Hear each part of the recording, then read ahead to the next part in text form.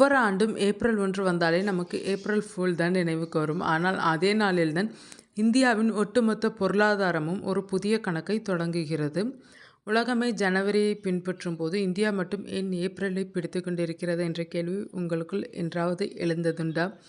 இதற்கு பின்னால் ஆங்கிலேயர்கள் விட்டு சென்ற ஒரு ராஜதந்திர ரகசியம் மட்டுமல்ல, இந்தியாவின் ஆணிவேரான விவசாயம் மற்றும் பருவமழையின் கணக்குகளும் ஒளிந்துள்ளனர். 1867 தொடங்கி இந்த 150 ஆண்டுகால மரபு இன்றும் தொடர்வது ஏன்? சரித்திரம் சொல்லும் அந்த சுவாரஸ்யமான காரணங்களை அலசுவோம் வாருங்கள். இந்த புதிய நிதியாண்டின் தொடக்கத்தில் கொஞ்சம் வரலாற்றை பற்றியும் தெரிந்து கொள்வோம். ஏப்ரல் முதல் மார்ச் வரையிலான இந்த நிதியாண்டானது நமது அன்றாட பொருளாதார வாழ்வில் முக்கிய பங்கு வகிக்கும் ஒன்றாகும். சம்பளம் வாங்குவோர் தங்கள் வரி திட்டமிடலை இதை கொண்டே செய்கிறார்கள். நிறுவனங்கள் தங்கள் வருமான வரி கணக்குகளை இதன் அடிப்படையிலேயே முடிக்கின்றனர். மத்திய அரசு தனது பட்ஜெட்டை இதற்கேற்பவே உருவாக்குகிறது. புதிய நிதியாண்டு தொடங்கியிருக்கும் இந்த வேளையில் ஜனவரி 1க்கு பதிலாக ஏன் ஏப்ரல் 1 இந்தியா தேர்வு செய்துள்ளது என்பதையும் பார்ப்போம். ஏப்ரல் 1 எப்படி தொடக்க புள்ளியானது? இந்தியாவின் தற்போதைய நிதியாண்டு முறை பிரிட்டிஷ் காலனித்துவ ஆட்சியிலிருந்து தோன்றியது. ஆங்கிலேயர் ஆட்சியில் இந்தியாவின் நிர்வாகம் மற்றும் கணக்கியல் கட்டமைப்பு முதன்மையாக வருவாய் வசூல் மற்றும் பொது செலவினங்களை நிர்வகிப்பதற்கு வடிவமைக்கப்பட்டது. அப்போது நில வருவாய் தான் அரசாங்கத்தின் மிக முக்கிய வருமானமாக இருந்தது. எனவே அரசு நிதி நிலைமை என்பது பயிர் சுழற்சி, அறுவடை மற்றும் கிராமப்புற வருமானத்தோடு நேரடியாக இணைக்கப்பட்டிருந்தது.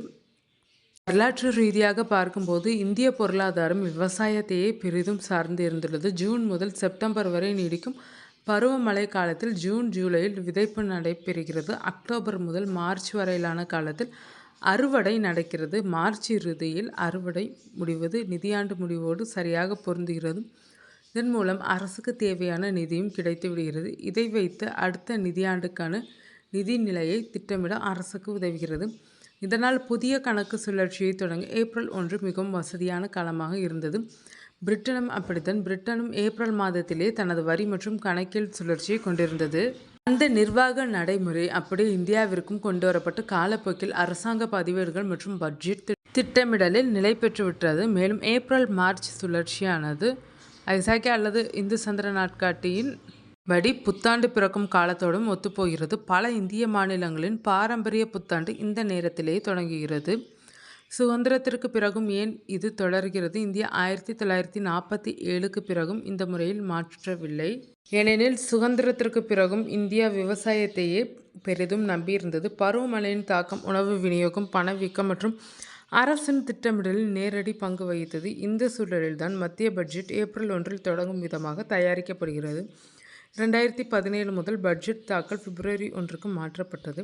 இதன் மூலம் ஏப்ரல் 1ஆம் தேதி நிதியாண்டு தொடங்கும் போது நிதி ஒதுக்கீடுகள் அந்தந்த துறைகளுக்கு சென்றடைந்து நலத்திட்ட பணிகள் தாமதமின்றி தொடங்க வழிவகை செய்யப்பட்டது. இந்தியா மட்டுமல்ல, கனடா, நியூசிலாந்து, பிரிட்டன், ஹாங்காங் மற்றும் ஜப்பான் போன்ற பல வளர்ந்த நாடுகளும் இதே ஏப்ரல் மார்ச் சுழற்சியை பின்பற்றுகின்றனர். ஜனவரி 1க்கு ஏன் மாறவில்லை? சர்வதேச நாடுகளுடன் ஒப்பிடுவதற்கு எளிதாக இருக்கும் என்பதால் நிதியாண்டை ஜனவரிக்கு மாற்ற வேண்டும் என அவ்வப்போது விவாதங்கள் எழுகின்றனர். ஆனால் இந்தியாவின் நிதி அமைப்பு என்பது அழகியல் சார்ந்ததல்ல, அது நிர்வாக தொடர்ச்சி சார்ந்தது. இந்த முறையை மாற்றினால் வரி அமைப்பு, நிறுவனங்களின் தணிக்கை, வங்கி நடைமுறைகள் என அனைத்தையும் மிகப்பெரிய அளவில் மாற்ற வேண்டியிருக்கும். இது தேவையற்ற சிக்கல்களை உருவாக்கும். இதுவே ஜனவரி 1க்கு மாற்றம் செய்யப்படாமல் இருப்பதற்கு முக்கிய காரணமாகவும் பார்க்கப்படுகிறது.